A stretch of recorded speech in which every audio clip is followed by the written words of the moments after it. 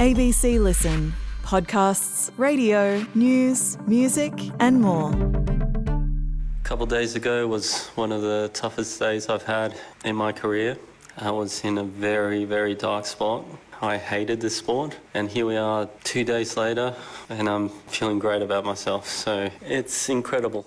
Alex de Minaur reflective after winning his first match of the ATP Finals in Turin. The straight sets victory over Taylor Fritz was enough to qualify the world number 7 for the semis.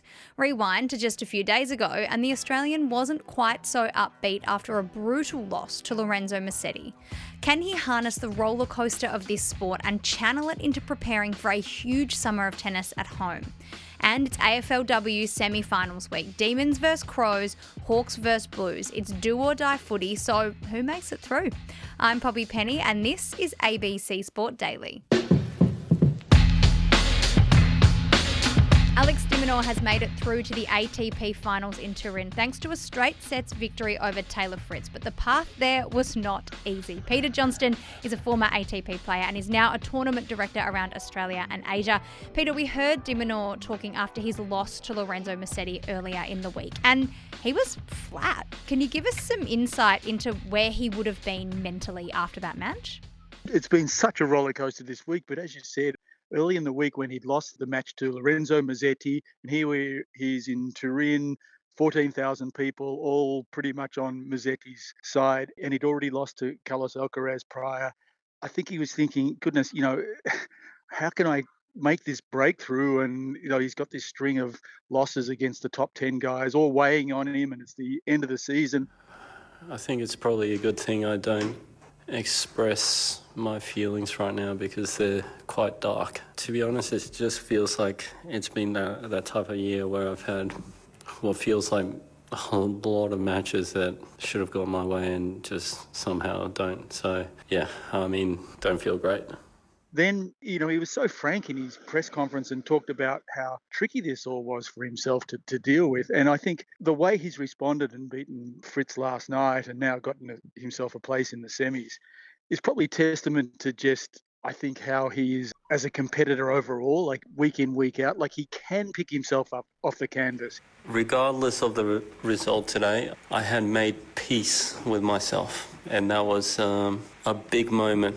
More than anything, it felt good to play on my terms. That's one thing too with the stage that's in Turin. It's a massive stage. It's full house every session. It can give him that extra lift, and I think it just shows what an incredible character he has to dig this deep.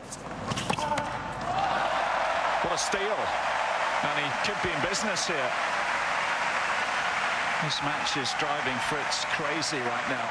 He's spoken previously about how tough the schedule is. He's spoken about feeling a little bit burnt out, having very little time off. And you kind of fast forward to today and all of those conversations are almost fallen by the wayside as he seemed a little bit more chipper than he was a couple of days ago. He sort of had come to peace with how this tournament was going and he's now through to the semi-finals. He, as I say, was a little bit more upbeat post the victory. Yeah, I've dealt with a fair bit of heartbreak recently. It was good to finally get a win here in Turin. It was good to get a positive reward for the hard work, so very happy with the performance today. That is a real turnaround in like 4 days. How tough is the roller coaster of this sport when it swings this wildly?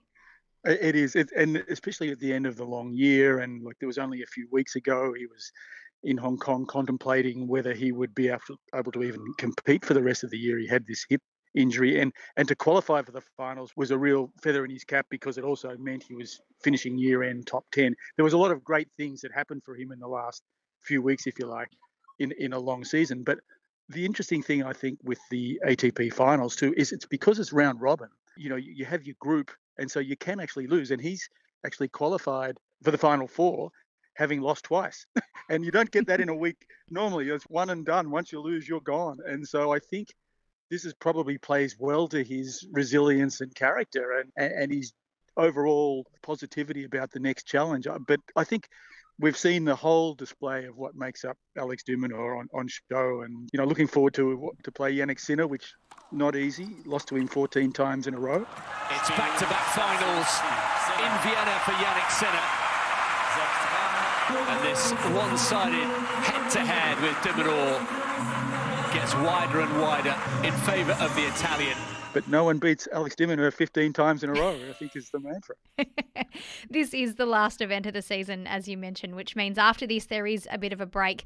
But then we are not long into the summer of tennis here in Australia. And if de Minaur is to potentially break through in 2026, how important will finding a balance be between the highs and the lows? Well, he's always been pretty good at finding that balance. In fact, I was surprised how frank he was when he said after losing to Mazzetti that this has really gotten to him. It surprised me because he always seems so durable, but he's been around for a lot of years now, and I think it's always interesting when he comes into the Australian summer. We all have these high expectations. He's carried our flag for so many years. But I think when he comes in, sort of like he's going to finish year end, depending what happens towards the end of this week, he's not going to finish worse than 6th in the world for year end. And that's a great badge to carry around. And it also helps with his seedings at the Australian Open and, I guess the self-belief. And, he's done so many good things that he knows that he's earned his credit points, if you like. What a victory. His first ever at the ATP finals, and it keeps his hopes alive. If he can rest up the body, he comes into the Australian summer probably in the best position that he's ever been in. As you say, the bad news is that he runs into Jannik Sinner in that semi-final, but you've got to be in it to win it, and nobody beats Alex de Minaur 15 times in a row. And we'll find out in a couple of days whether that's true. Peter Johnston, thanks so much for your time. Pleasure, Poppy. Gemma Bastiani is an AFLW guru and luckily is part of the ABC's call team. Gemma, week 2 of the finals kicks off tomorrow. 2 games at Princes Park. I want to start with the first of those. Melbourne taking on the Crows. 2 finals heavyweights, and so you wouldn't expect either to be overawed by this occasion. Melbourne have had to make a couple of changes. Who wins here and why? Yeah, there's a real feeling that's swayed towards Adelaide because of the injuries that Melbourne has suffered, and also that strange kind of dichotomy of them having lost last week but being the higher seeded team. So there's this kind of feeling that this is Adelaide's game to lose. But I'm still swaying towards Melbourne because their best footy, I think, has been better than what Adelaide's has. Now it's Kate Hoare in the forward line. The D's have looked good so far. In the opening stages of this qualifying final, she puts it towards goal. And here's the moment for Kate Hoare. But the loss of Eden Zanker in the forward line for Melbourne is a huge concern. So Eden Zanker to move to equal 3rd for the season on goals. Starts 45 out. Short approach, excellent strike, and never in doubt. Zanker's got 4. They need others to step up in that role. Lauren Pearce actually went forward a little bit last week when Zanker went out with concussion to try and stretch the defence again. So if Melbourne's rucks, Lauren Pearce and Georgia Campbell can actually step up and actually do that job, I think they will win. But a lot is leaning on those two. Adelaide, though, they get Chelsea Randall back last week and she completely changes their side. So she's kind of the wild card for the Crows coming into this one. I think this one is won or lost between the arcs, though. The Crows are the only team who are having to travel for this final series. Is that at all a factor, do you think? I wouldn't have thought so. If travel from WA is a really different story to travel from Adelaide. Also, the Crows are such an experienced, well-drilled team. I don't think that would bother them at all. The bigger factor, I think, is probably the Eden Zanker absence, I would say. The second match on Saturday has the injury hit Hawks up against Carlton, who thumped the Eagles in shocking conditions last weekend. Can the Blues take advantage of the kind of banged up condition that the Hawks come into this game in, or can the Hawks find their best footy to make it through to a prelim to potentially give an opportunity for some of those players who are injured to come back at a really important time? This one feels a little bit more cut and dry from the outside. Carlton, they're not just coming up against a banged up side and also have 0 injuries themselves, so have their exact best team to pick from. The other part of it is Carlton is just full of momentum, full of confidence. As the siren sounds of the Blues with a dominant display in the elimination final. They book a date against the Hawks in the semi-finals. Their first win in the postseason in 5 years. Carlton by 41 points.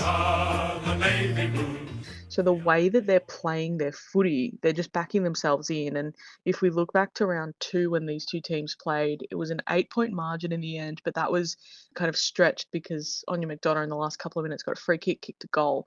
It was an arm wrestle before that.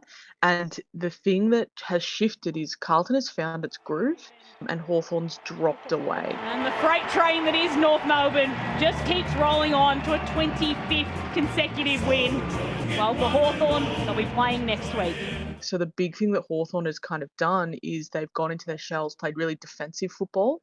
And I think Carlton have enough confidence in themselves now to play attacking footy, even when the opposition is trying to be really negating to them. And I think that's what people want to see, is that fun attacking footy.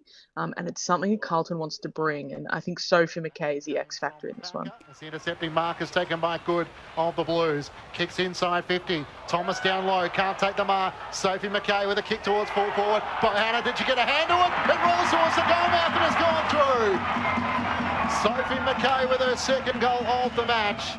You touch on the fact that these two teams did play earlier this year, and for people who aren't super familiar with the W competition, they might not know not every team plays every other team because of the shortened season.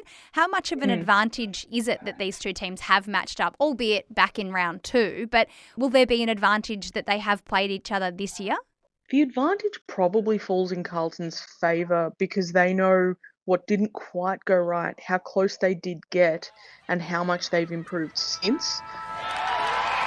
A win for the Hawks. That's 2 from 2 in the new season for the brown and gold. For Hawthorn, it's more just the state of where their team is. They had almost their perfect team to select from in round 2, only got over the line by 8 points on their home ground in Frankston, and it was a really inaccurate game, and that was kind of where the hole in the ball conversations kind of blew up as well. So Hawthorn came out of that not super happy with how they won that game, and things haven't changed for them since, whereas for Carlton, they might have lost that, but they've gone on this tear since, and they've found their best footy. They beat Brisbane the week after, kicked 5 goals in the second quarter. So they found their attacking footy, and that was kind of the impetus of it, that game where they just couldn't quite hit the scoreboard. So I think for Carlton, it's a huge advantage. For Hawthorn, maybe not so much. Momentum can be everything in footy, and especially in finals. So we're looking forward to a big weekend. Gemma Bastiani will be part of the ABC's team, calling the action on the ABC Listen app on Saturday. Gem, enjoy the footy. Thanks, Poppy. Soundbites. The title fight in Formula One between McLaren teammates Oscar Piastri and Lando Norris might rage on, but at least the two are still friends off the track, as proven by this not at all prompted by their media manager birthday wish from Oscar to Lando. All right, it's Lando Norris's birthday today. Happy birthday. I'd like to take this opportunity to remind you are now 2 years older than me once again. So yeah, you're the old man of the team. Enjoy your day, and I will see you soon, no doubt. Many happy returns. Australian Jack Della Maddalena is back in the UFC octagon this weekend, up against Russian fighter Islam Makhachev, who had some fighting words for his opponent from down under. And just last one for Islam. This is the 3rd time in your career that you're facing an Australian. What's your final message to Australian fans back home? Australia, it's a good place. I was there, I like it. And now it's a 3-0. I will make 4. Australia is all the way behind you, Jack. Honesty is often the best policy, but for Philadelphia Eagles' AJ Brown, being honest about his current frustrations with his on-field role on a Twitch stream might have landed him in a little more hot water than he intended. Hey. If you got me on fantasy, man, get rid of me.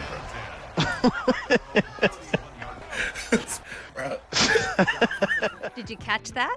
If you've got me on fantasy, get rid of me. A bit of free fantasy coaching advice at best, a very frustrated wide receiver at worst. I'm Poppy Penny, and this is ABC Sport Daily, produced by Phil Pryor. Thanks to Tennis TV, the Tennis Channel, Channel 7, McLaren Formula 1, Main Event, and Janky Rondo on Twitch for the extra audio used in this episode. Discover more great ABC podcasts, live radio and exclusives on the ABC Listen app.